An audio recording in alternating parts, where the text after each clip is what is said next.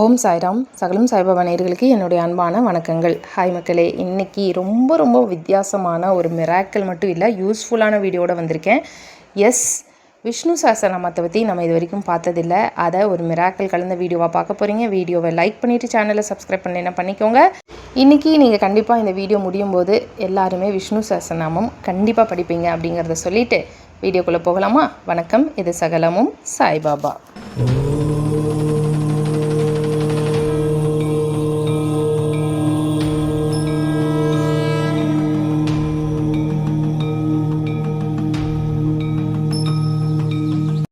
Okay, நம்ம இது வரைக்கும் எத்தனையோ பாராயணம் பண்ணியிருக்கோம் இல்லையா? சச்சரிதம் பாராயணத்தை பற்றி பார்த்துருக்கோம், குரு சரித்திரம் பார்த்துருக்கோம், அண்ட் ஸ்தவனமஞ்சரி பற்றி பார்த்துருக்கோம். ஏன் இப்போ ரீசெண்டாக ஞானேஸ்வரி அதை பற்றி கூட நான் சொல்லியிருக்கேன் இல்லையா? ஆனால் விஷ்ணு சஹஸ்ரநாமத்தை பற்றி நம்ம பார்த்துருக்கோமா? இல்லை. இன்றைக்கி நம்ம விஷ்ணு சஹஸ்ரநாமத்தோடைய மகத்துவத்தை பற்றி தான் பார்க்க இருக்கிறோம். அதுவும் ஒரு அற்புதத்தோட.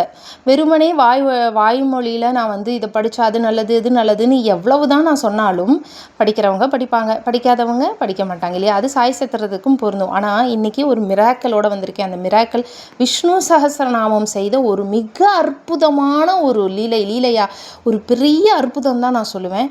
அப்படி ஒரு விஷயத்த பண்ணியிருக்கு. அதை ஒரு சகோதரி குரல் வாயிலாக ஷேர் பண்ணியிருக்காங்க. அதை தான் நம்ம பார்க்க போகிறோம். ஆனால் அதுக்கு முன்னாடி விஷ்ணு சஹஸ்ரநாமம் என்ன?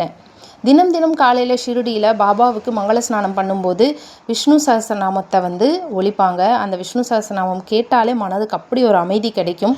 நானாவுக்காகட்டும் இல்லை ஷாமாவுக்காகட்டும் எல்லாத்துக்குமே பாபா சஜஸ்ட் பண்ண ஒரு முக்கியமான புனித நூல் எதுனா விஷ்ணு சஹஸ்ரநாமம் தான். யார் எது பண்ணாலும் விஷ்ணு சஹஸ்ரநாமம் படி அப்படின்னு சொல்லுவார். இது எனக்குமே நடந்திருக்கு. என்னுடைய வாழ்க்கையிலையும் எனக்கு ஒரு 3 வருஷத்துக்கு முன்னாடி அவர் விஷ்ணு சஹஸ்ரநாமம் தினமும் காலையில் பிரம்ம முகூர்த்தத்தில் எழுந்திரிச்சு படிக்கணும் அப்படின்னு சொன்னார். நானும் காலையில் பிரம்ம முகூர்த்தத்தில் எழுந்திரிச்சு அதை பண்ணினேன். அதை படித்ததுக்கு அப்புறம்தான் எனக்கு பாபா சொன்னார், போன பிறவியில் நீ இந்த மாதிரி ஒரு பாவம் பண்ணியிருக்க அப்படின்னு ஒரு பாவத்தையே எனக்கு நான் செஞ்சதையே எனக்கு கனவுல படம் போட்டு காட்டி, இதிலிருந்து உன்னை விடுவிக்க, இந்த பாவம் உனக்கு கொடுக்க இருக்கும் துன்பத்திலிருந்து உன்னை விடுவிக்க தான் நான் உன்னை விஷ்ணு சஹஸ்ரநாமம் படிக்க சொன்னேன் அப்படின்னு சொன்னார். ஸோ இதன் மூலமா நான் தெரிஞ்சுக்கிட்டது என்ன அப்படின்னா, ஒவ்வொரு புனித நூலும் ஒவ்வொரு மகத்துவம் வாய்ந்தது. ஒவ்வொரு புனித நூலும் செய்கிற முக்கியமான வேலை என்ன அப்படின்னா, நம் பாவ வினைகளை எல்லாம் அறுக்கிறது தான் அது செய்கிற வேலை. ஆனால் ஒவ்வொரு வினைகளுக்கு தகுந்த மாதிரி பாபா ஒவ்வொரு புத்தகத்தை சஜஸ்ட் பண்ணுறாரு அப்படிங்கிறத நான் புரிஞ்சுக்கிட்டேன். சாய் சத்திரம் படித்தாலே சில வினைகள் கழியும் அப்படின்னு நம்ம தெரியும் நமக்கே. ஆனால் நீ செஞ்ச இந்த ஒரு பாவத்துக்கு விஷ்ணு சஹஸ்ரநாமம் தான் சரியானது அப்படின்னு அதை எனக்கு அவர் சஜஸ்ட் பண்ணுறாரு. அப்படின்னா கிட்டத்தட்ட இந்த நோய்க்கு இந்த மருந்து அப்படின்னு டாக்டர்ஸ் வைத்தியர்கள் எந்த மாதிரி ஒவ்வொரு நோய்க்கு தகுந்த மாதிரி ஒவ்வொரு மருந்தை பிரித்து கொடுக்குறாங்களோ, அதுபோல் நம் பாவ வினைகளுக்கு ஏற்றாற்போல் புத்தகங்களை பாபா நமக்கு பரிந்துரைக்கிறார் அப்படிங்கிறத நான் புரிஞ்சுக்கிட்டேன். ஸோ உங்களை பாபா புத்தகம் படிக்க சொல்கிறாரு, சச்சரிதம் படிக்க சொல்கிறாருன்னா நீங்கள் அதை படிக்கணும். குருச்சரித்திரம் படின்னு சொன்னால் நீங்கள் அதைத்தான் படிக்கணும். ஞானேஸ்வரி படிக்க சொன்னால் நீங்கள் அதைத்தான் படிக்கணும். விஷ்ணு சஹஸ்ரநாமம் படி அப்படின்னு சொன்னாலும் நீங்கள் அவர் என்ன சொல்கிறாரோ அதைத்தான் செய்யணும்.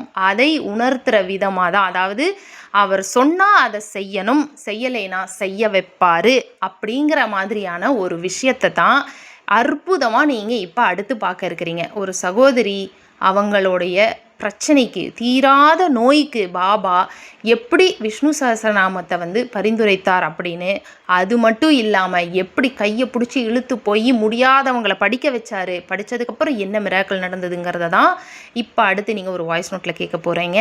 கேட்டுட்டு வாங்க. ஓம் சாய்ராம். வணக்கம் பிரீத்தி சிஸ்டர். பொதுவாக பாபா எனக்கு கனவுகள் மூலியம் எனக்கு நிறையா பேசுவார் என்கிட்ட. அப்போது நிறைய ஹிண்ட்லாம் கொடுப்பாரு, நிறைய விஷயங்கள் சொல்லுவார். அதை நான் அப்படியே ஃபாலோ பண்ணுவேன். அதை நான் அவாய்ட் பண்ண மாட்டேன், நான் நல்லா ஃபாலோ பண்ணுவேன். பண்ணுறதுனால நிறையா பெனிஃபிட்ஸ் எனக்கு கிடச்சிருந்துருக்கு. அதே மாதிரி தான் இப்போது நம்ம குரு பூர்ணிமா பாராயணம் ஸ்டார்ட் பண்ணுறதுக்கு 2 வீக்ஸ் பிஃபோர் தான் நான் சாய் சச்சரிதம் 5 நாள் பாராயணம் கம்ப்ளீட் பண்ணேன். அப்போ பாபா எனக்கு கனவு மூலியமாக காட்சி கொடுத்து நாங்கள் ஷீர்டியில் இருக்கிற மாதிரியும், அந்த சாவடி உருவத்தில் கலந்துக்கிற மாதிரியும் அப்போ பாபாவோட குரல் மட்டும் எனக்கு கேட்குது. "நீ விஷ்ணு சகஸ்ரநாமம் படி" அப்படின்னு சொல்லி பாபா சொல்றாரு. ஆனா நான் வந்து இதான் கனவு. ஆனா மறுநாள் வந்து நான் யோசிச்சுட்டு இருக்கையில, விஷ்ணு சகஸ்ரநாமமா? சரி படிக்க வேணாம். இப்போதைக்கு நம்ம ப்ளே பண்ணி விடுவோம் அப்படின்ட்டு நான் யூடியூப்ல போட்டு தான் நான் ப்ளே பண்ணுவேன். இந்த பூஜை பண்ணும்போது மட்டும் தான். ஆனா மத்தபடி நான் படிக்கவே நான் ஆரம்பிக்கல. நான் இக்னோர் பண்ணிட்டேன். வேண்டாம் இன்னொரு நாள் பார்த்துக்கலாம் அப்படின்னு நான் இக்னோர் பண்ணிட்டேன். அதுக்கப்புறம் என்ன ஆகுதுன்னா, எனக்கு வந்து உடம்பு சரியில்லாம போகுது சிஸ்டர். ஆ 1 நாள் 2 நாள் இல்ல. கிட்டத்தட்ட நான் 14, 15 நாளா வந்து எனக்கு ரொம்ப முடியாம போகுது. நாங்க அதுக்கான ட்ரீட்மெண்ட் வந்து பார்க்குறோம். 2, 3 டாக்டர்ஸ பார்க்குறோம். ட்ரீட்மெண்ட்டும் போயிட்டுருக்கு. ஆனா எதுவுமே வந்து சுத்தம் எனக்கு சரியாகல. அவ்ளோ டேப்லெட் ஒரு நாளைக்கு மட்டும் நான் எப்படியும் 9, 10 டேப்லெட் சாப்பிடுவேன். அந்த அளவுக்கு டேப்லெட் குடுத்துருந்தாங்க. அந்த அளவுக்கு எனக்கு உடம்பு வலி, கை, கால் வலி, குடைச்சல், தலைவலி, தலை சுத்தல், வாமிட், ஸ்வெட்டிங், ஆ நெஞ்செல்லாம் எனக்கு வலிக்க ஆரம்பிக்கும். என்ன பண்ணுதுன்னு எனக்கே தெரியல. அந்த அந்த அளவுக்கு நான் வந்து அவ்ளோ கஷ்டப்பட்டேன். அந்த டயத்துல தான் நீங்க குரு பூர்ணிமா வந்து பாராயணம் சொல்றீங்க, அனௌன்ஸ் பண்றீங்க குரூப்ல.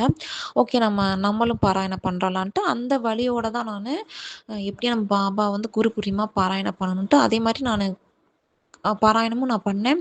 அந்த இதில தான் நான் குரு பூர்ணிமா அந்த மிராக்கிள் நான் உங்கள்ட்ட ஷேர் பண்ணேன். இந்த மாரி மாலை மறந்துட்டு போனா அவர்ட்ட நான் திட்டு வாங்குனது, இதெல்லாம் ஷேர் பண்ணியிருந்தேன்.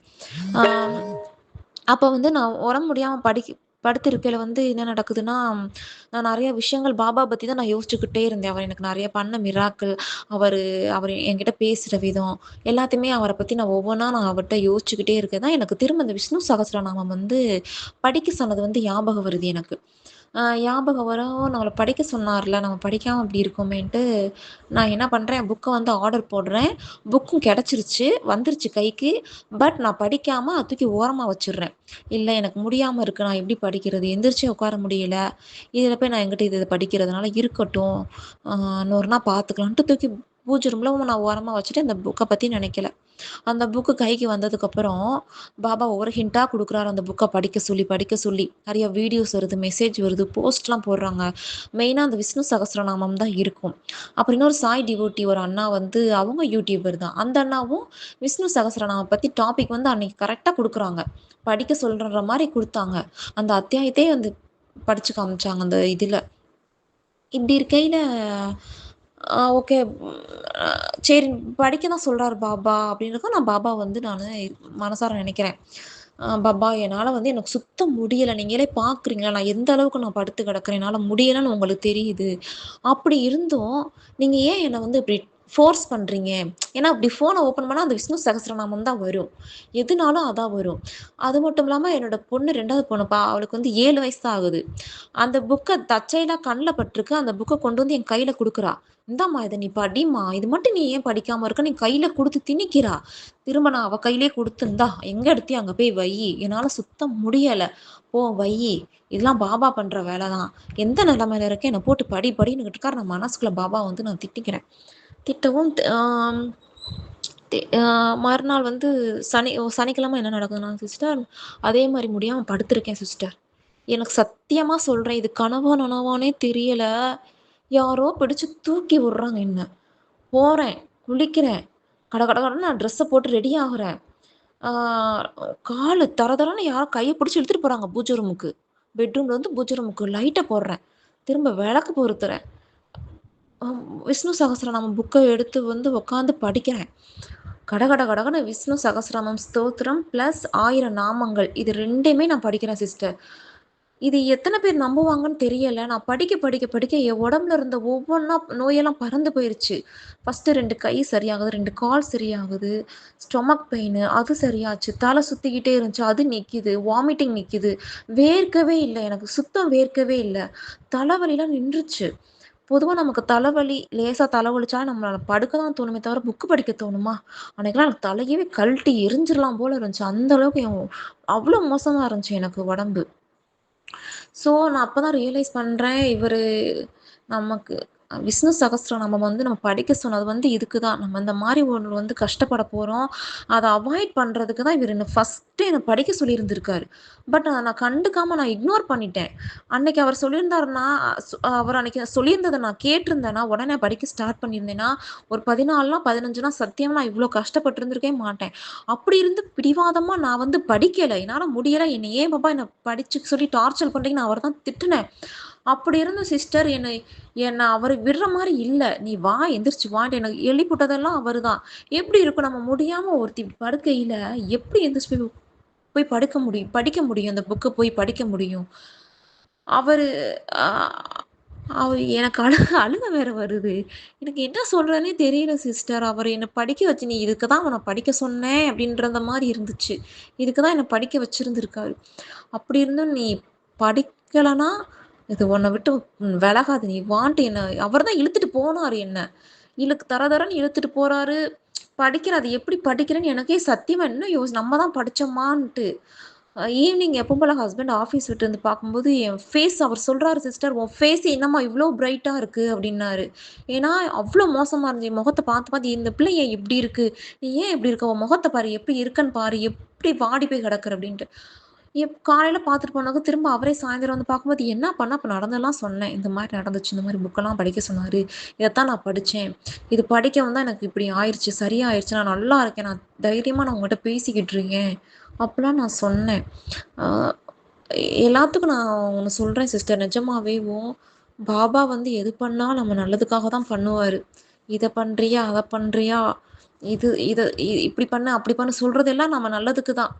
ஆனா, அத நம்ம ஏத்துக்கணும். ஏத்துக்கிற வரைக்கும் நம்ம ஏத்து நடக்கும்போது பிரச்சனை கிடையாது. அதே இத அவாய்ட் பண்ணா, அது பின் விளைவுகள் நம்மள வந்து ரொம்ப பாதிக்கும். நிஜமாவேவும். ஸோ இது வந்து அப்படியே கேட்க கேட்க மெய் சிலிர்ப்பா இருக்குது. இதில் முக்கியமாக நீங்கள் கேட்க வேண்டிய முக்கியமான பாயிண்ட் எது தெரியுங்களா?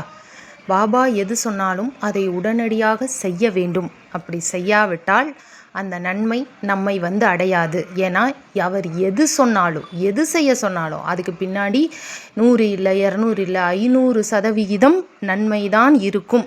நம்மள பல பேர் சொல்லுவோம், எனக்கு உடம்புக்கு முடியலை, காய்ச்சலாக இருக்குது, வயிறு வலி, நோயாக இருக்கேன், இந்த நேரத்தில் வந்து என்னை படிக்க சொல்கிறாரு, சத்சங்கம் படிக்க சொல்கிறாரு, சப்தாகம் பண்ண சொல்கிறாரு, என்னால் முடியல, எப்படி முடியும், என்னால் எப்படி முடியும் அப்படின்னு கேட்டு அதை தள்ளி போடுறவங்க நீங்கள் அந்த நிமிஷம் யோசிச்சுக்கோங்க. நீங்கள் உங்களுக்கு வர வேண்டிய நன்மைகளையும் உங்களுக்கு கிடைக்க வேண்டிய ஆசீர்வாதத்தை தான் நீங்கள் தள்ளி போடுறீங்கன்னு அர்த்தம். பிகாஸ் அவருக்கு தெரியும் உங்களுக்கு உடம்புக்கு முடியலை, உங்களால் எந்திரிக்க முடியாது, படிக்க முடியாது, பட் ஸ்டில் அவர் சொல்கிறாரு அப்படின்னா ஒன்று ஞாபகத்தில் வச்சுக்கோங்க. அவர் முடியாத நேரத்திலும் இதை செய் அப்படின்னு ஒரு விஷயத்த சொல்கிறாரு அப்படின்னா நம்மனால் அது முடியும் அப்படின்னு அர்த்தம். உண்மையாலுமே நம்மளால் முடியாது அப்படிங்கிற பட்சத்தில் அவர் சொல்லவே மாட்டார். என்னோடய விஷயத்தில் என்னால் முடியலை பாபா, எனக்கு வீடியோ இப்போ என்னால் கொடுக்க முடியாது, எனக்கு ரெஸ்ட் வேணும் அப்படின்னு நான் கேட்டால் நீ கொடுக்கணும் அப்படின்னு சொல்லுவார். அப்படி அவர் கொடுக்கணும்னு சொல்லிட்டா நான் எவ்வளவு டயர்டாக இருந்தாலும் அதை செய்வேன். அப்போ என்ன அர்த்தம்னா என்னால் முடியும், நீ கொடு அப்படின்னு அர்த்தம்.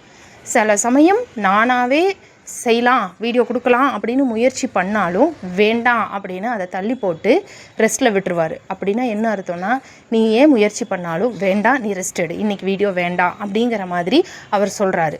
ஸோ அவருக்கு தெரியும் நம்ம உடம்பு இந்த உடலால் எந்தெந்த வேலைகளுக்கு ஒத்துழைக்க முடியும் அப்படின்னு தெரிஞ்சு தான் அவர் சொல்கிறாரு. அப்படியே நம்மளால் முடியாத பட்சத்திலும் அவர் சொல்கிறாரு அப்படின்னா நான் செய்கிறேன் பாபா அப்படின்னு நீங்கள் செஞ்சு பாருங்கள், நன்மைகள் நடக்கும். எவ்வளோ பெரிய விஷயம்னு கொஞ்சம் யோசிச்சு பாருங்கள். முடியாமல் படுத்திருந்த ஒரு லேடி தன்னை அறியாமல் கால்கள் வந்து எந்திரிச்சு போகுது, குளிக்குது, கை தானாக சுவிட்சை போடுது, சாமி ரூமில் உட்காந்து கடகடன்னு படிக்குது அப்படின்னா கையை பிடித்து இழுத்துட்டு போனது பாபா.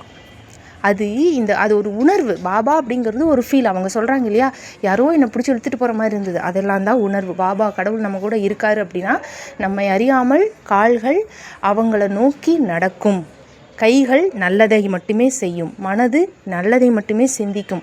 நம்ம உடம்பு, நம்ம மனசு, நம்ம மூளை எதுவும் நம்ம கண்ட்ரோலில் இருக்காது, பாபாவுடைய கண்ட்ரோலில் தான் இருக்கும். அவர் என்ன நினைக்கிறாரோ அதுதான் நடக்கும். படின்னு சொல்கிறேன், நீ படிக்கலையா, வா நான் உன்னை இழுத்துட்டு போகிறேன் அப்படின்னு இழுத்துட்டு போன அந்த ஃபீலை தான் அவங்க வந்து அவ்வளோ அழகாக எக்ஸ்பிளைன் பண்ணி சொல்லியிருக்காங்க. ஸோ இதன் மூலயமா உங்களுக்கு நடக்க இருக்கும் நன்மை என்ன அப்படின்னா பூர்வ ஜென்ம கர்மா. நமக்கு நோய் நொடி வர்றது பூர்வ ஜென்ம கர்மானால், பாவத்தினால, கர்ம வினைகள்னால தான் இந்த பிறவியில் நம்ம நோய் நொடி, கஷ்டங்கள், பிரச்சனைகள், துன்பங்கள் இதனால் நாம் அவதிப்படுறோம். போன பிறவியோட பாவங்களை கழிக்கணும் அப்படின்னா புத்தகங்களால் மட்டும்தான் முடியும். நீங்கள் புத்தகங்கள் வாசிப்பதாலும், இந்த மாதிரி புனித நூல்கள் வாசிப்பதாலும், அன்னதானம் போன்ற சேவைகள் செய்வதாலும் மட்டுமே தான் நீங்கள் இந்த பாவங்களை கழிக்க முடியும். நான் வெளிநாட்டில் இருக்கேன், நான் ரொம்ப காட்டுக்குள்ளே வீடு கட்டியிருக்கேன், இங்கெல்லாம் சேவை செய்ய முடியாது, அன்னதானம் பண்ண முடியாது அப்படின்னு நினைக்கிறவங்க, ஒவ்வொருத்தருடைய இல்லத்திலும் புனித நூல்கள் இல்லாமல் இருக்காது இல்லையா? அப்படி இல்லாமல் இருக்குது அப்படின்னா உண்மையாக சொல்கிறேன், அந்த புத்தகம் உங்களை தேடி வந்தும் நீங்கள் வாங்கலை அப்படின்னா, இல்லை நீங்கள் நான் காசு கொடுத்து வாங்க மாட்டேன், பாபா கொடுத்தா தான் நான் வாங்குவேன் அப்படின்னு நீங்கள் வாங்காமல் இருக்கீங்க அப்படின்னா, உண்மையாக சொல்கிறேன், நீங்கள் பெரிய பெரிய துர்பாகியசாலி நான் சொல்லுவேன். காசு கொடுத்தாது அதை வாங்கி வீட்டில் வச்சிருந்து அந்த புனித நூல்களை படிக்கணும். அது சாய் சச்சரிதமாகட்டும், விஷ்ணு சஹஸ்ரநாமமாகட்டும், குரு சரித்திரமாகட்டும், எதுவாக இருந்தாலும் உடனடியாக யோசிக்காமல் நீங்கள் காசு கொடுத்தாவது அந்த புத்தகத்தை வாங்கி படிப்பதால் மட்டும்தான் உங்களுடைய வினைகளிலிருந்து நீங்கள் விடைபட முடியுமே தவிர, அதை பாபா கொடுக்கட்டும்னு தள்ளி போட்டிங்கன்னா நீங்கள் அது துர்பாகியசாலி தான் நீங்கள். ஏன்னா காசு கொடுத்து வாங்கிக்கிற அளவுக்கான வசதி நம்மக்கிட்ட இருக்குது. ஆனாலும் ஒரு பிடிவாதத்தால் நான் வாங்க மாட்டேன், நான் படிக்க மாட்டேன், பாபா எப்போ கொடுக்குறாரோ அது வரைக்கும் நான் வெயிட் பண்ணுவேன்னு 3 வருஷம் 4 வருஷம் வெயிட் பண்ணியும் கிடைக்காதவங்களாம் இருக்காங்க. அதுக்கப்புறம் நம்ம வீடியோ பார்த்ததுக்கப்புறம் கிடைக்கல அப்படின்னா பாபா கோபமாக இருக்காரு, நான் சொல்லியும் நீ அந்த ஆர்டரை ஒபே பண்ணல, நீ படிக்கலை, அப்படிங்கிற பட்சத்தில் நான் உனக்கு தரமாட்டேன் அப்படிங்கிற மாதிரி சில பக்தர்கள்கிட்டையெல்லாம் அவர் நடந்துக்கிட்டு அதை அவங்களுக்கு உணர வச்சு, அதுக்கப்புறம் அவங்களையே நான் பிடிவாதமாக நான் வாங்க மாட்டேன் அப்படின்னு இருந்தவங்களையே காசு கொடுத்து வாங்க வச்சு படிக்க வச்சு வினைகளிலிருந்து விடுபட வச்சிருக்காரு. அதை மாதிரி எத்தனையோ வீடியோஸை நம்ம பார்த்துருக்கோம். இன்றைக்கி அதை நான் திரும்பவும் உங்களுக்கு நினைவு கூற விரும்புகிறேன். ஸோ இந்த ஒரு நிமிஷம் நீங்கள் நினச்சிக்கோங்க, உங்கள் வீட்டில் என்றைக்குமே காசு, பணம், சொத்து, சுகம் எது இருக்கோ இல்லையோ புனித நூல்கள் இருக்கணும். புனித நூல்கள் இருந்தால் மட்டும் பத்தாது, அதை வாசிக்கணும். வாசிக்க வாசிக்க உங்கள் இல்லத்தில் உள்ளத்திலும் என்றைக்குமே மகிழ்ச்சி பொங்கி இருக்கும். நீங்கள் வேண்ட வேண்டியது என் வாழ்க்கையில் ஆரோக்கியம், நிம்மதி, சந்தோஷம், இந்த 3 என்றைக்கு நிலச்சிருக்கணும். இப்படி தான் நீங்கள் வேண்டணுமே தவிர இதை தவிர்த்து வேறு எதுவும் வேண்டவே வேண்டாம். ஏன்னா இந்த வாழ்க்கை பயணம் ஆரோக்கியம், நிம்மதி, சந்தோஷத்தை நோக்கி தான் இருக்கே தவிர காசு பணத்தை நோக்கி இல்லை. நீங்கள் செல்வத்தை வேண்டுகிறீர்கள், ஆனால் நீங்கள் துன்பத்தை வேண்டுகிறீர்கள் என்று அர்த்தம். துன்பத்தை வேண்டாதீர்கள், மகிழ்ச்சியையும் ஆரோக்கியத்தையும் மட்டுமே வேண்டுங்கள். மன நிம்மதி மட்டும்தான் வேணும். அந்த மன நிம்மதி புனித நூல்கள் வாசிப்பதால் மட்டுமே கிடைக்குமே தவிர வேறு எதுலேயுமே உங்களுக்கு கிடைக்காது அப்படிங்கிறத சொல்ல முடியும், என்னால் ஆணித்தனமாக சொல்ல முடியும். இன்றைக்கும் என் வீட்டில் ஒரு டிவைன் பவர் என்றைக்கும் இருக்குது அப்படின்னா அதுக்கு காரணம் தினம் தினம் எங்கள் வீட்டில் நானாகட்டும், நான் அதிகமாக படிக்கிறேனோ இல்லையோ எங்கள் அம்மா தவறாமல் வாசிப்பாங்க, சத்தமாக வாசிப்பாங்க. அந்த டிவைன் பவர் தான் இன்றைக்கி எங்கள் குடும்பத்தை காத்துக்கிட்டு இருக்குங்கிறத என்னால் ஆணித்தனமாக சொல்ல முடியும்.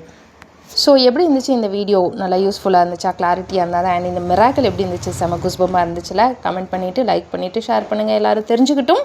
மேலும் நம்ம இன்னொரு வீடியோவில் சந்திக்கலாம். நன்றி, வணக்கம். ஸ்ரீ சாயை பணிக அனைவருக்கும் சாந்தி நிலவட்டும். ஜெய் சாய்ராம்.